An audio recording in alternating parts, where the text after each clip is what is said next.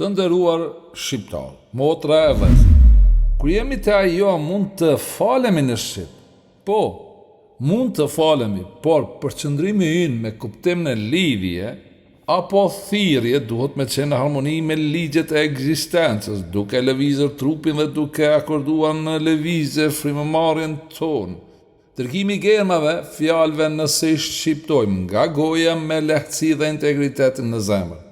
Ndërsa pa shqiptim do të aktivizuar neuronet e trurit me përqëndrim të fortë për ta bartur me germat e Kuranit dritën e Zotit nga kapaku i kokës në zemër.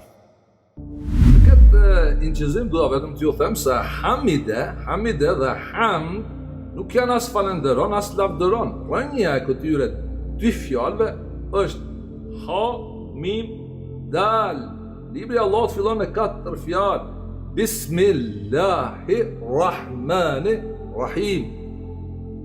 Të 19 germave, siç po i shehen në dritarën time, që janë 4 fjalë. Po është një emër, ndërsa elhamd si fjalë emër është e 5 në ajetin e 2 në rënditje të mushafit nga e djatha në të majt, e cila përfason diçka shumë madhe, as nuk mund ta imagjinojmë dot, por vetëm nga ajo që na ka mundsuar vetë Allahu në Kur'anin famlar bëhet fjalë për absolutin qenjen e Zotit Allahun, sistemin e tij që quhet elhamd në Kur'an, ku atje nuk ka akses hyre asnjë prej krijesave të tij, as engjëjt. Innahu huwa yubdi wa yu'id wa huwa al-ghafurul wadud dhul arshil majid fa'alun lima yurid.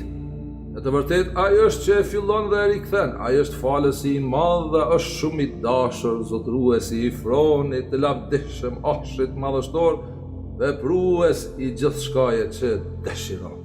Ai dhe vërtet ai bën çfarë do dhe me hamdin e tij prej këdo ai, e jo unë, ti dhe ai tjetri. Walahu alhamdu fil akhirati wa huwa al-hakimul khabir. Dhe për të është hamdi sistemi i tij në botën tjetër. Ai është i urtë në çdo gjykim dhe i përsosur në njohuri.